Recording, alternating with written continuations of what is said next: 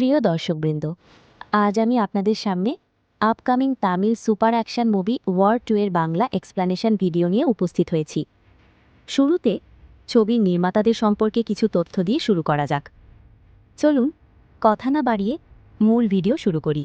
নাম ওয়ার 2, পরিচালক আয়ান মুখার্জি, লেখক শ্রীধর রাঘবন, আব্বাস তাইরেওয়ালা, গল্প ধারণা আদিত্য চোপড়া, প্রযোজক আদিত্য চোপড়া, কো-প্রযোজক Akshay Vidhani, company Yash Raj films, YRF spy ইউনিভার্সে ষষ্ঠ ছবি, Hrithik Roshan, major Kabir Dhaliwal, junior NTR, নাম না জানা অ্যান্টাগনিস্ট, হিন্দি প্রথমবার, কিয়ারা আদবানি, প্রধান নারী চরিত্র। বাজেট প্রায় 200 কোটি, পূর্ববর্তী অংশের থেকে বড় আকারে উন্নত। রিলিজ তারিখ 14 আগস্ট 2025, ভারতের স্বাধীনতা দিবস সপ্তাহে। হিন্দি এছাড়াও তামিল এবং তেলেগু ডাবড। কবির ধলিবাল হিন্দুস্তানের প্রাক্তন সেরা র এজেন্ট, যার পরিচয় প্রথম তুরি ওয়ার 2019-এ স্পষ্ট হয়। সেখানে তিনি নিজের আনুগত্য নিয়ে দ্বন্দ্বে জড়িয়েছিলেন। এখন তিনি একটি গোপন আন্তর্জাতিক টাস্ক ফোর্সের নেতৃত্ব দিচ্ছেন, যা বিভিন্ন দেশে ছড়িয়ে ছিটিয়ে চলছে। গল্প শুরু হয় যখন কবিরকে দেয়া হয় বিশ্বব্যাপী একটি ডেঞ্জারাস এবং অ্যানোনিমাস পার্সন নির্মূলের নির্দেশ। সে ছুটে যায় স্পেন, আবুধাবি, জাপান, রাশিয়া ও ভারতের মতো জায়গায়, যেসব দেশে সে চিহ্নিত হয়েছে। কবির এদিকে তার অন্তর্দ্বন্দ্ব এবং পুরনো ট্রমা নিয়ে সংগ্রাম করছেন, কারণ তার রক্ত গোয়েন্দা, দায়িত্ব পালন এবং অনৈতিক কাজের মাঝামাঝি তাকে হেঁটে চলতে হচ্ছে।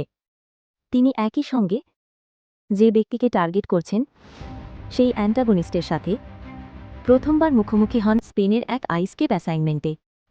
বিশাল এক লড়াই, যেখান থেকে প্রতিপক্ষের সেফ পরিচয় নয়, যারা গোয়েন্দা জগতের শিকড় নিয়ে রয়েছে তার প্লট কাঠামো ধীরে প্রকাশ পায়।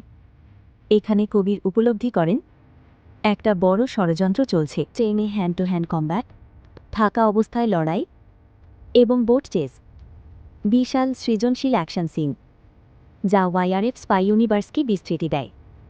এসবই দৃশ্যপট যেমন গ্রিন স্ক্রিনে করা হয়েছে, একই সাথে ছবির চিত্রগ্রহণ অসামান্য করেছে স্টান্ট টিম ও কোরিওগ্রাফি। অ্যান্টাগনিস্টের নাম না জানা থাকা সত্ত্বেও তার কালো চরিত্রের ধারাবাহিকতা ধরা যায় তার আদর্শ ও আদর্শবিরোধী মনোভাব থেকে।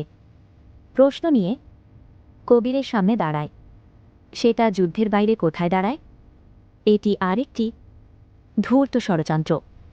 তাকে একটি বিশেষ স্বার্থের লোক হয়ে দেখানো হচ্ছে, হয়তো তার দেশ অথবা একটি গুরুত্বপূর্ণ গৌরবের কারণে। এটি কবিরকে আরও গভীরে টানছে, কারণ তার নিজেদের বিশ্বাসের প্রতিও প্রশ্ন ওঠে। প্লেন, ট্রেন এবং বরফের ভিতর প্রতিটি অ্যাকশন ঠিক যেন একটি গ্লোব ট্রটিং থ্রিলার সিনারিওর একটি টুকরো।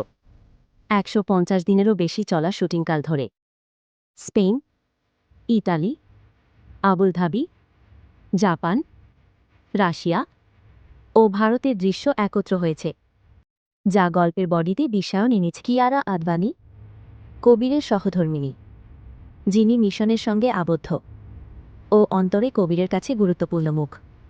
সম্ভবত মিশনের অংশ হিসেবে সমন্বয় বা ইনফরমেন্ট হিসেবে কাজ করছেন। একটি হালকা প্রেমের ডায়নামিক্স এবং সময় সময়ে তাদের মধ্যে ট্রাস্ট ডায়ালগ গড়ে ওঠে।